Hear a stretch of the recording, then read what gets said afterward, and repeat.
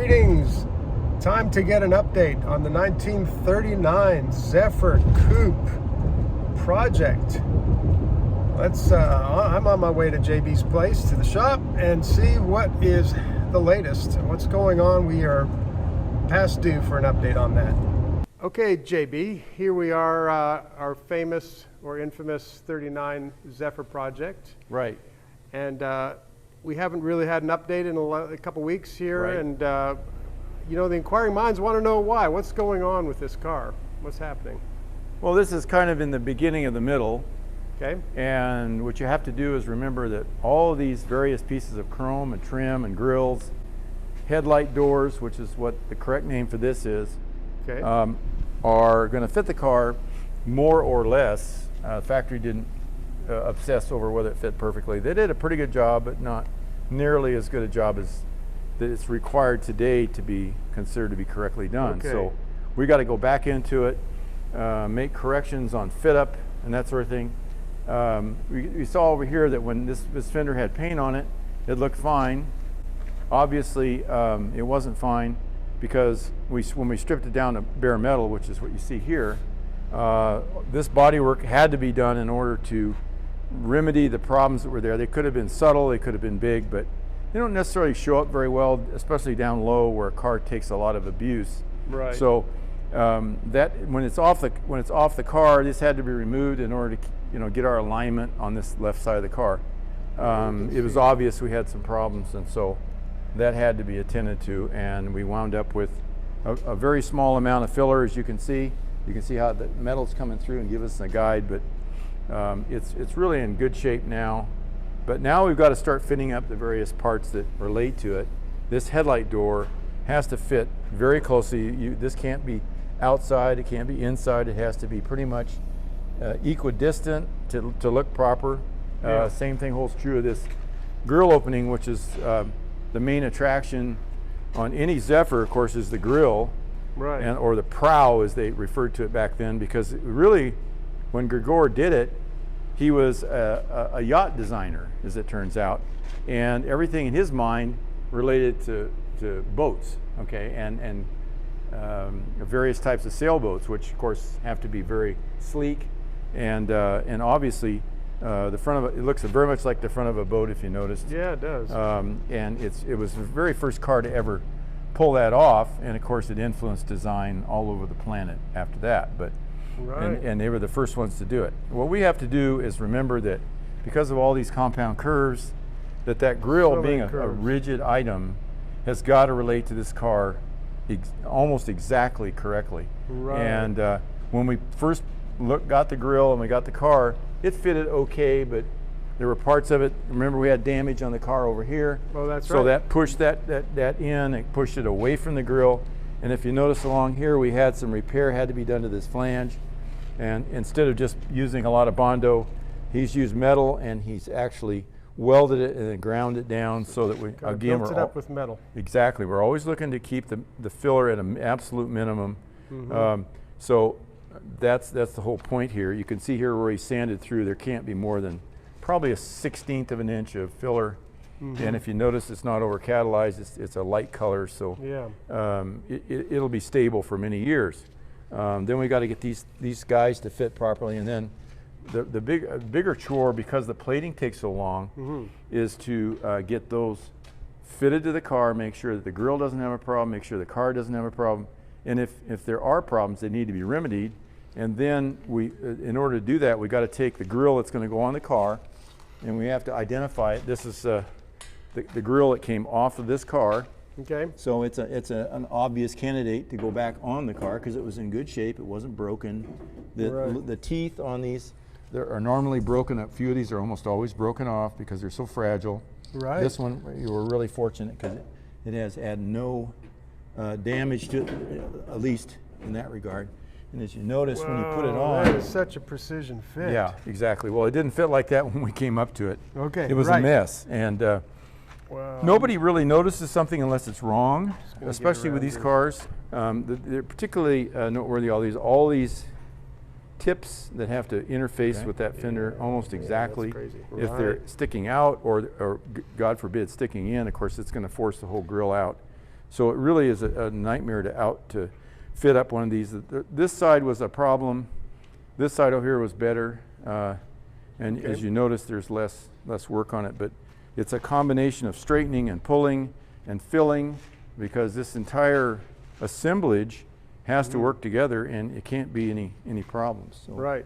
very difficult to get all that. Now, while to we're happen. looking at this, Yep. if you don't mind, just leave that there for a second. Okay. You have a 38 for our spotters, a 38 grill to compare. and to there's show what's different. cars are real similar, and a lot of people think the grills are the same, but in fact they're not. If you see them side by side, you see this is a passenger side and this is a passenger side 38. So if you notice, Oh yeah, they're it's very different. rounded. We don't have the tips on it.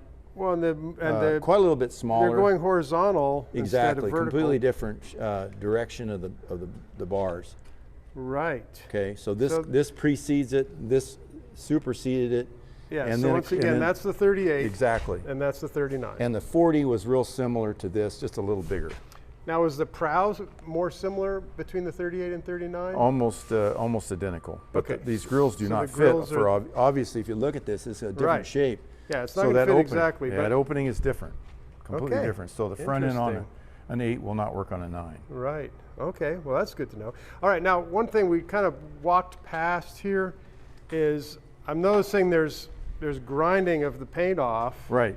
but it stops. Okay. Can you explain why you would stop there? What's going to happen? Well, what I told Oscar was that this whole front had to be remedied ahead of time Okay. because of the long lead time on chrome. So when these grills get sent out, it could be a month before I see him again. Okay. No, that means he's got to get that part of it done so he can keep moving. So he can't concentrate on the back of the car if the front of the car needs doing Okay. So, first. So there's an order. talk me through why you do the grill fitting first before you chrome it. Well, obviously after it's chrome, I have no influence over these are die cast pieces. They're very fragile. If we try to force it into an opening that's not absolutely correct, Right. we could break it and we start all over again. Okay. Not a good thing. So all the fitting happens first. It has to then happen. You send it off for chrome, and chrome takes a while. It could take a month or even more.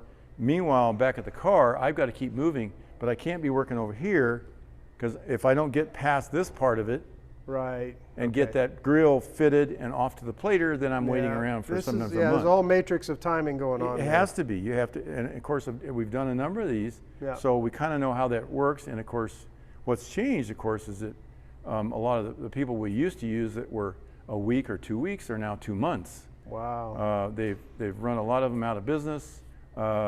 It's a difficult business to begin with. It's a lot of environmental Right. considerations in chrome plating, and some of the chrome plating actually we're taking in-house here. No kidding. We're going to be doing our own copper plating for an art project, just because it's so difficult to get stuff out of the platers. Yeah. And this is a particularly difficult project, so it requires nickel and copper plating. And we studied it, learned how to do it, and now we're going to be doing our own. I got you. Cool. Okay. So All right. So what else are we? Okay. So what's going to happen? I interrupted you. What's going to happen on the rest of the from paint there? here on, we'll probably use a paint stripper.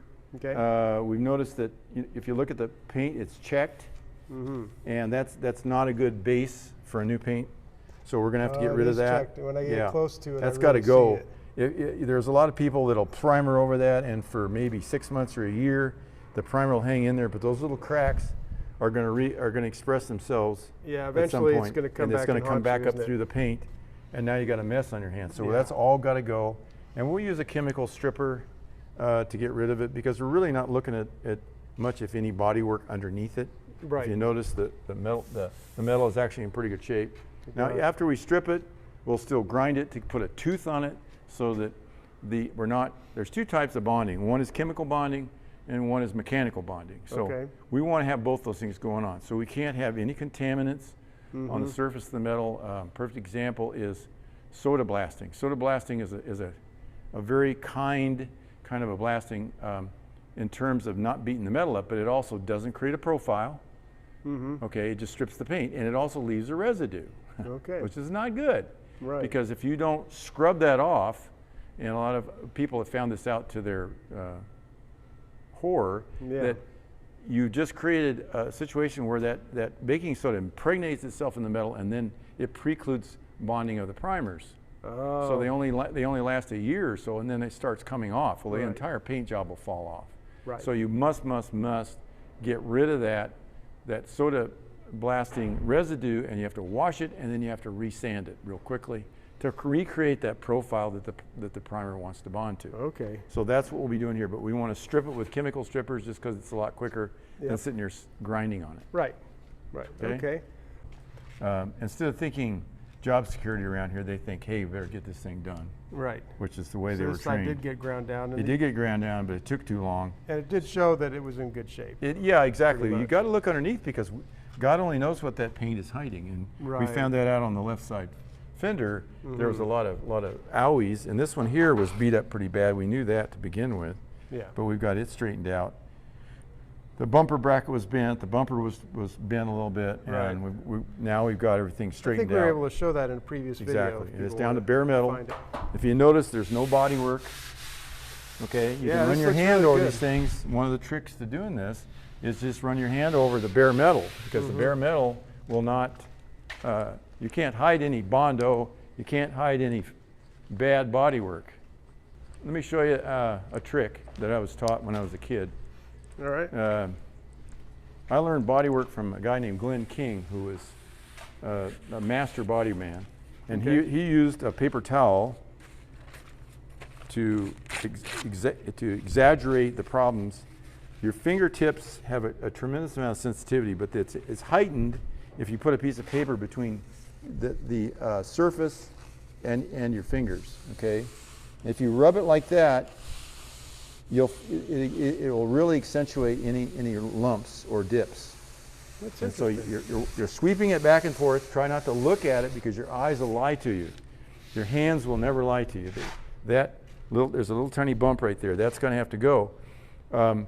If you can wipe it all down, you can see the same thing on something like a paint job. You feel the paint. Okay, you sweep the entire surface. When you feel a low spot or a high spot, it'll jump out at you.